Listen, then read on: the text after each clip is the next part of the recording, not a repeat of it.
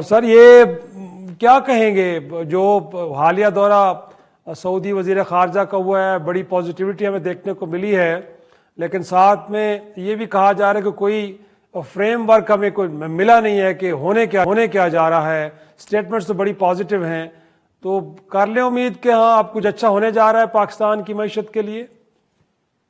बिस्मिल्लाहिर्रहमानिर्रहीम।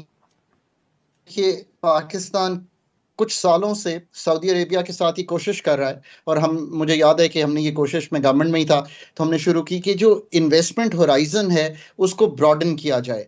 यानी कि पहले तो आपके 28 लाख लोग वहाँ पे हैं, हमारे लोग वहाँ पे सर्व करते हैं, एक हमें वहाँ से जिसे आप कहते हैं फॉरेन एक्सचेंज आता है।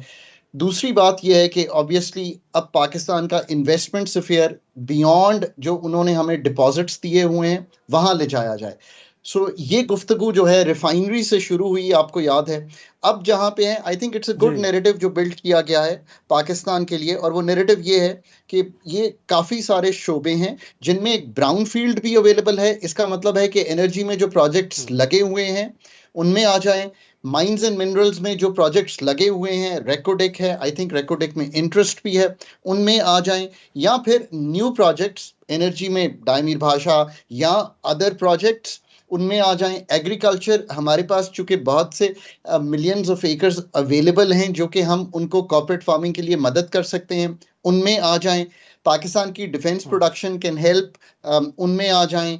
या पाकिस्तान की आईटी और आईटीईएस की जो सर्विस है वो उनके नई जो जिस तरह वो जिद्दत पैदा कर रहे हैं अपने 2030 विजन के मुताबिक, उसमें उनको यूज कर लें। So that's your menu, you put this menu to them. इस तरह से ये मेन्यू रखना ही एक अच्छा नैरेटिव है पाकिस्तान के लिए। Beyond the debt we keep talking about, IMF, सारी डिस्कशन वहां चली जाती है कि एक 25 करोड़ का मुल्क है, ये सारे मौके हैं। मैंने आपके ही डॉन अखबार में एक आर्टिकल लिखा था, अभी हम इस तरफ गए भी नहीं थे, ये 15 दिसंबर जी 2022 को आया था। उसका टाइटल था रॉक्स एंड क्रॉप्स, और मैंने कहा था कि इन द नियर फ्यूचर आपको अपना emphasis with foreign investment and foreign know how.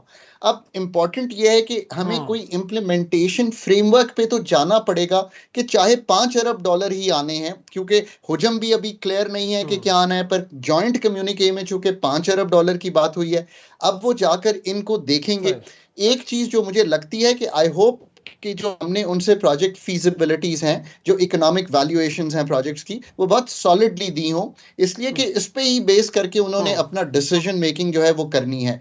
So I think that is where we stand with सही। Them. Overall a good strategy for Pakistan.